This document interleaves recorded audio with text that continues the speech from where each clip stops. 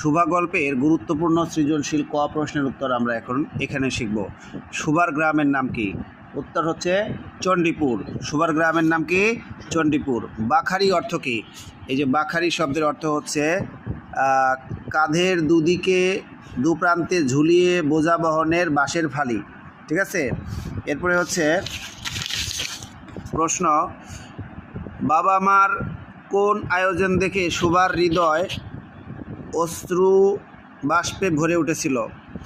বাবা মায়ের বিদেশ যাত্রার আয়োজন দেখে শুভার হৃদয় অশ্রু বাষ্পে ভরে উঠেছিল।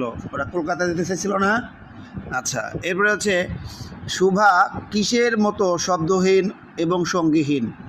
শুভা নির্জন দ্বিপ্রহরের মতো, নির্জন দ্বিপ্রহরের মতো শব্দহীন এবং সঙ্গীহীন। এরপরের প্রশ্ন, শুভার গ্রামের নাম কি বলো? চণ্ডীপুর। অনিমেষ শব্দের অর্থ কি? অপলক, পলকহীন। অনিমেষ শব্দের অর্থ কি?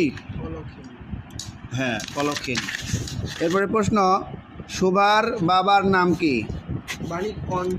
বলো, শুভার বাবার নাম? বাণীকণ্ঠ। এই দেখেন শুভার বাবার নাম কি? বাণীকণ্ঠ। বাণীকণ্ঠ। এর মেয়ে কি? বুবা। আচ্ছা, এবার শুভা জলকুমারী হলে কি করত?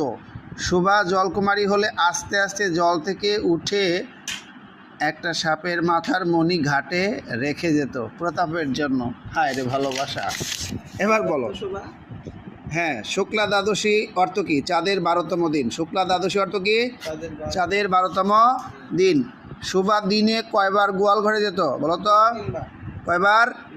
3 বার গোয়াল ঘরে যেত। প্রশ্ন, রবীন্দ্রনাথ ঠাকুর কত সালে নোবেল পুরস্কার লাভ করেন? 1913 সালে। শুভা কখন নদী তীরে এসে বসতো?